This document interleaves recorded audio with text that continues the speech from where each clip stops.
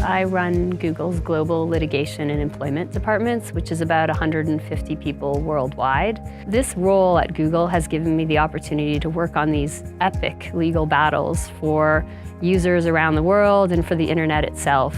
I had the opportunity to fight for the availability of user-generated content on platforms like YouTube, the availability of application programming interfaces in programming languages like Java.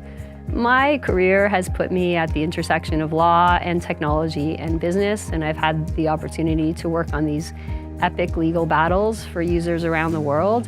I'm very grateful for all the opportunities that being a University of Toronto student has given to me. I have 3 degrees from the University of Toronto, and I use all of them in my career, and they've opened doors for me and created opportunities for me. So I'm very grateful for all of that.